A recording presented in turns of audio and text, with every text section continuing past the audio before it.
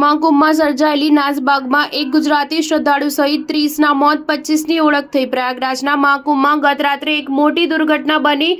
રાત્રે અંદાજિત 2 વાગ્યે સંગમ ઘાટ પર નાસભાગ મચી ગઈ હતી. મહાકુંભમાં થયેલી નાસભાગમાં 90 શ્રદ્ધાળુ ઘાયલ થયા હતા, જેમાંથી 30 લોકોના મોત થયા છે, જ્યારે 60 લોકો ઇજાગ્રસ્ત થયા છે. મૃતકોમાં 25 લોકોની ઓળખ થઈ છે, જેમાં ગુજરાતના એક શ્રદ્ધાળુની પણ ઓળખ થઈ છે. આ અંગે મેળા તંત્ર તરફથી માહિતી આપવામાં આવી છે. ઘટનાના અંદાજિત 16 કલાક બાદ પ્રેસ કોન્ફરન્સ કરીને કુંભ મેળાના ડીઆઈજી વૈભવ કૃષ્ણએ જણાવ્યું કે નાસભાગમાં 30 લોકોના મોત થયા છે, જ્યારે 60 લોકો ઇજાગ્રસ્ત થયા છે. મૃતકોમાંથી 25 લોકોની ઓળખ થઈ ચૂકી છે. મૃતકોમાંથી અનેક લોકો અલગ અલગ રાજ્યોમાંથી છે, જેમાં 4 કર્ણાટકથી, 1 આસામથી અને 1 ગુજરાતથી છે.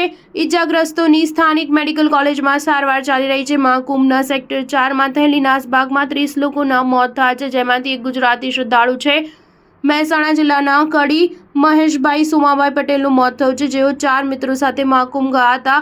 મહાકુંભ ડીઆઈજી વૈભવ કૃષ્ણએ જણાવ્યું કે આ દુર્ઘટના કેવી રીતે બની. તેમણે કહ્યું કે શ્રદ્ધાળુઓ બ્રહ્મ મુહૂર્તની રાહ જોઈ રહ્યા હતા, ત્યારે કેટલાક શ્રદ્ધાળુઓ અચાનક દર્શન કરવા માટે આવી ગયા. કેટલાક ભક્તો બેરિકેડ તોડીને આગળ વધવા લાગ્યા.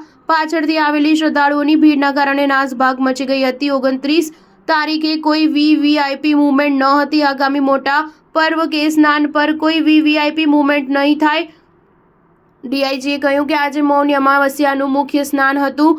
બેડા ક્ષેત્રમાં અખાડા માર્ગમાં ભીડ વધી અને ભીડ બીજી તરફ કૂદી ગઈ. એમ્બ્યુલન્સથી કુલ 90 લોકોને હોસ્પિટલ મોકલાયા હતા, જેમાંથી 30ના મોત થઈ ગયા હતા. સ્ટાર ન્યૂઝ 7 હંમેશા સચ્ચાઈની સાથે.